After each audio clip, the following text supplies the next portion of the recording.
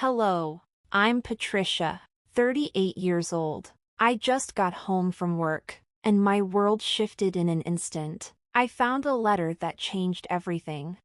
Until that moment, I believed I had the perfect family, a loving husband, Daniel, and our 3 children. They were my everything. Daniel always spoke of me as his soulmate, constantly thanking God for having me as his incredible wife. We shared a mutual belief that we were each other's one true love, but that was all a lie. The letter shattered that illusion. Daniel, my so-called soulmate, confessed he had fallen for someone else. He told me our love couldn't hold a candle to the new connection he had with this mysterious woman. He was gone, chasing a love stronger than what we had.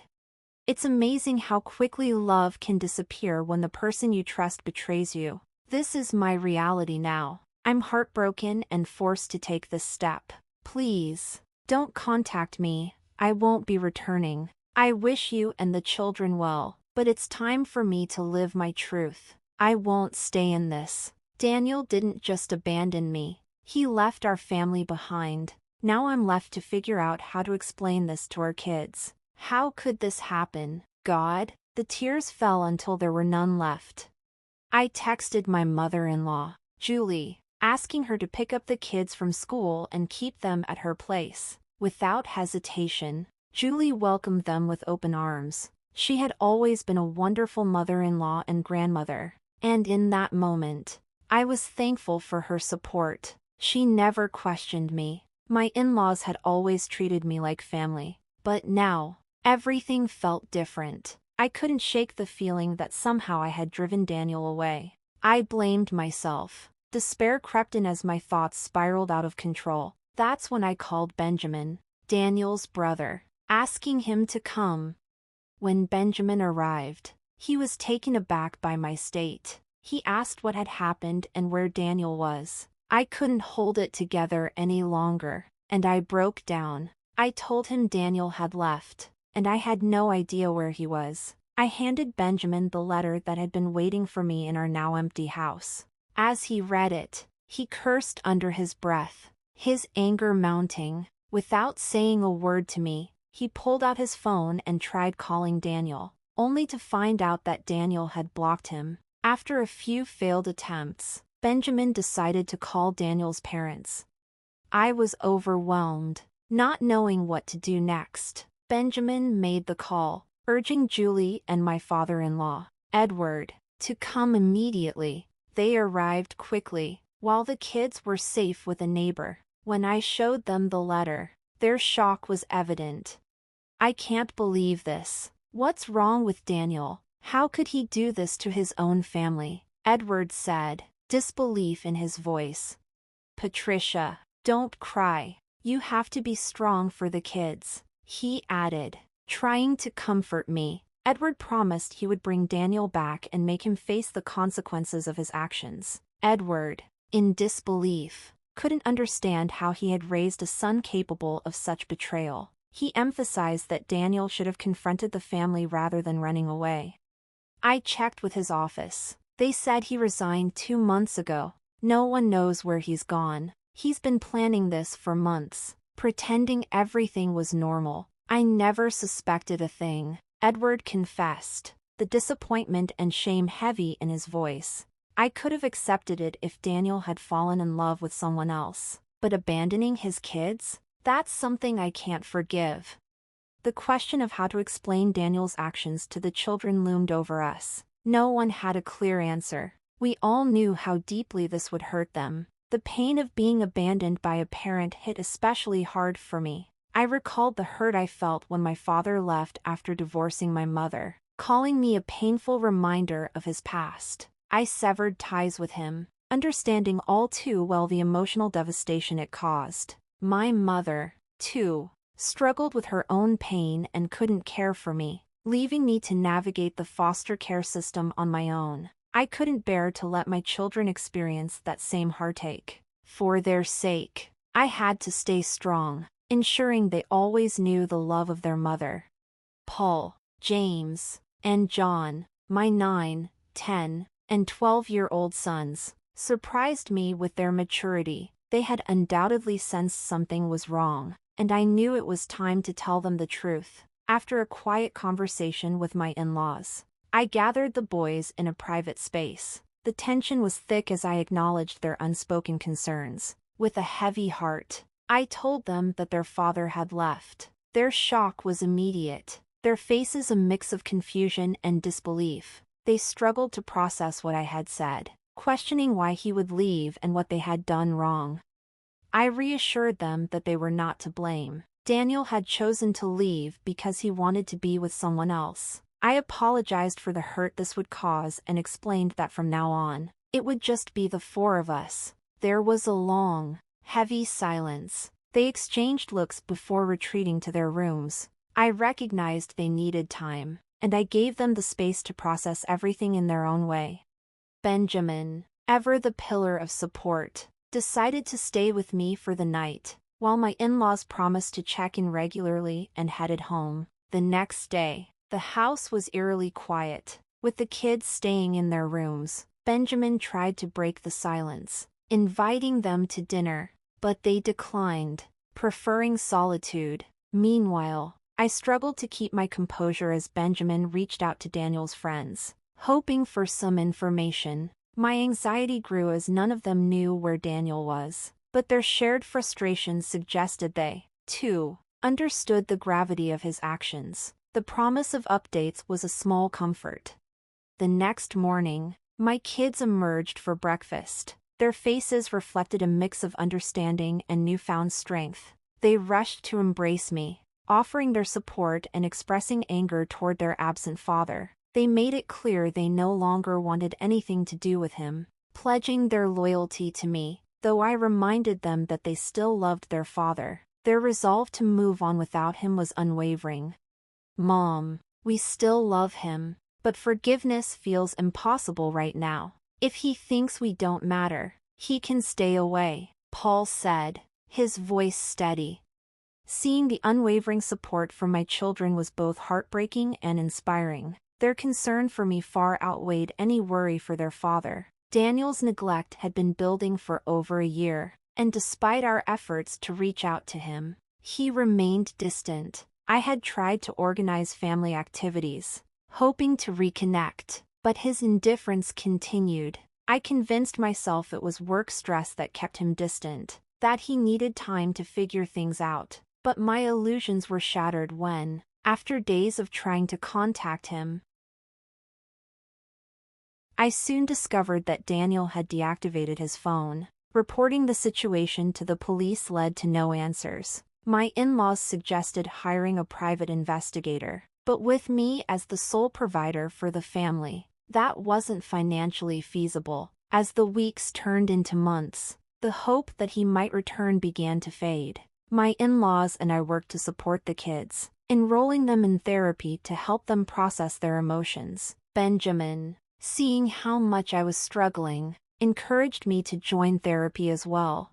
5 months passed before we finally uncovered the truth. Daniel had left with his coworker, Catherine, someone I had always felt uneasy about. I had warned Daniel about Catherine's inappropriate behavior, but he had brushed off my concerns, assuring me that I was overreacting. Learning that my suspicions were correct was a bitter pill to swallow, especially since I never imagined Daniel would leave me for her. He seemed completely unaware of the immense pain he had caused. His deliberate avoidance of any responsibility, including child support and divorce proceedings, only deepened my resentment. Consulting a lawyer, I learned how difficult it would be to pursue legal action without an address, confirming that Daniel's disappearance was a calculated attempt to avoid his financial obligations. The more I learned, the more my disgust for him grew, especially as the house, once a place of family memories, became a reminder of his betrayal. The kids felt it too, and we all longed to escape the house that now felt suffocating. After much discussion, we concluded that moving was our best option. The house, which was owned by my in-laws and meant to be Daniel's inheritance, came with rent that was straining our finances. We began searching for a more affordable place to live, but when I brought up the idea of moving out, my in-laws' stance shifted unexpectedly. They finally acknowledged the difficulty of the situation and offered an alternative.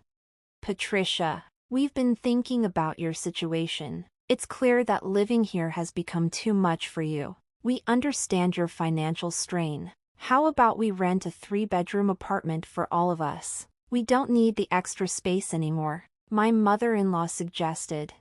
Worried about the potential rise in rent, I reassured them. I've thought about it. I'm planning to sell my engagement ring to help cover things until I can find a better job. Eventually, I'll save up enough to buy a new house. Contrary to what I expected, my in-laws had a different proposal. There's no need for that, dear, my father-in-law said gently. Your mother-in-law and I have decided to give you the house. Daniel no longer deserves it. He won't be getting a dime from us. Consider it a gift for you and the grandkids. We've already updated our will, and everything is in place.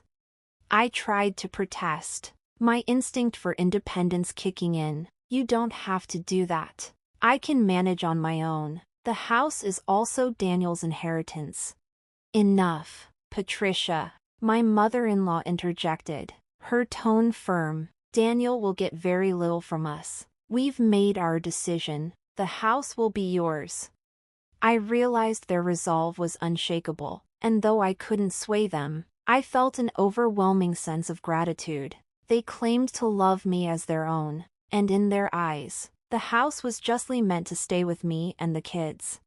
We moved to a new apartment. Eager for a fresh start, I decided to rent out the house, using the income to help cover the costs of our new home. Throughout this transition, Benjamin remained a steady source of support, stepping in where their father had once been. Our shared experiences brought us closer, and what began as a deep friendship blossomed into something more. A year after Daniel's departure, we confided in my in-laws about our developing relationship. To our relief, they were accepting and understanding, even encouraging. The children, too, were thrilled, expressing their hope that Benjamin would become a permanent part of our lives.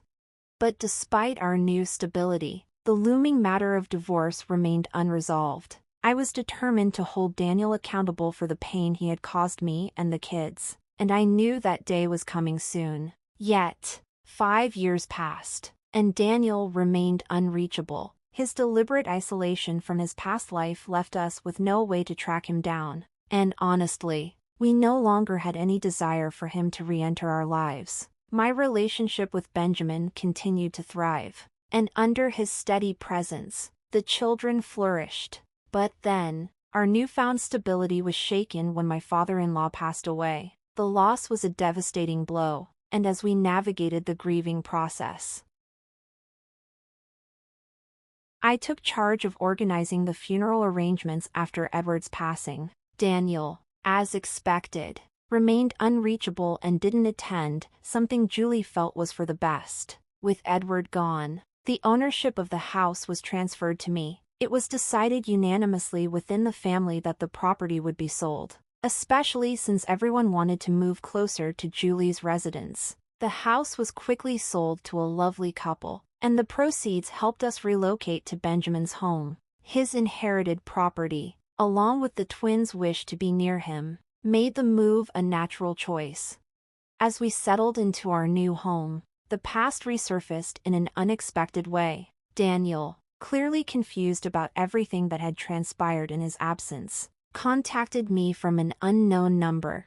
I was stunned by his sudden reappearance and cut the call in disbelief. Determined to get answers, Daniel went to his brother, Benjamin, to try to figure out what had happened. It was there, in Benjamin's home, that he unexpectedly found me and the children. "Why the hell are you living here, Patricia? What happened to the house? I went by and found strangers living there. What have you done with my house?" "Daniel, you come back after more than 5 years, and all you care about is the house? Did you even miss your children? Aren't you concerned about how they've been?" "I don't care about that, Patricia. I just want to know what happened to my house. The house is now mine." "Daniel, why are there other people living there? They told me it was sold." "So, You knew about Dad's death and still didn't bother to attend the funeral? Do you have any shame for abandoning your own kids? What's wrong with you, Daniel? I shot back, unable to hide my anger. I found a new life with Catherine. She's caring for my child, and we're planning to live in my home now. Who gave you the right to take my inheritance? That house was meant for me, Daniel. It's my inheritance, not yours. Dad left you some money, and that's all. I sold the house because living there was unbearable. Wait, that's impossible. Dad promised me the house would be mine. I'm taking you to court. You're stealing from me. Good luck with that. You'll get nowhere in court. We're on solid legal ground. If you want to waste money, go ahead. But now, you need to leave before I call the cops for trespassing. You're no longer welcome here. This isn't over, Patricia. Expect to hear from my lawyer. With that, Daniel stormed off in anger, and I was left fuming. My heart ached for the kids, who had a father so consumed by his new life that he seemed to have forgotten about them entirely, unsure of how they would react. Benjamin helped me gather my thoughts before we told the twins. When they came home from school, they, too, were furious, saying they wanted nothing to do with him. They knew exactly what kind of person he was. A week later, Daniel's lawyer sent a letter. Julie, already aware of the situation, was devastated by Daniel's cruelty. She declared that he was no longer part of the family and even went so far as to say she would disown him. That's when I revealed my plan for revenge. Armed with the address from the lawyer's letter, I decided it was time to hold him accountable for his abandonment, his neglect, and his failure as a father. I would sue for divorce, child support, and abandonment. He needed to face the consequences of his actions, and with enough pressure, I knew he would have no choice but to comply with my terms. If he tried to challenge us over the inheritance, he'd lose. His lawyer would drain him of his finances. It was time for him to pay. You're absolutely right, Benjamin agreed. He must face the consequences. Don't worry, Patricia, we're here to support you. I'll help you find a strong attorney to make sure Daniel is held accountable for all the pain he's caused. Once this is over, we'll figure out a more permanent solution for where we'll live. True to his word, Benjamin helped me secure an excellent lawyer. I filed for divorce and made it clear I would fight for a fair share of Daniel's assets. The children, now old enough to understand the situation, provided their testimony in court. The judge was appalled by Daniel's behavior. Daniel, accompanied by his pregnant mistress, Catherine, was completely unprepared to defend himself. I also sued Catherine for alienation of affection, and won that case as well. The court's decision left both Daniel and Catherine financially ruined. Despite their desperate pleas, I stood my ground, feeling they deserved everything that came to them.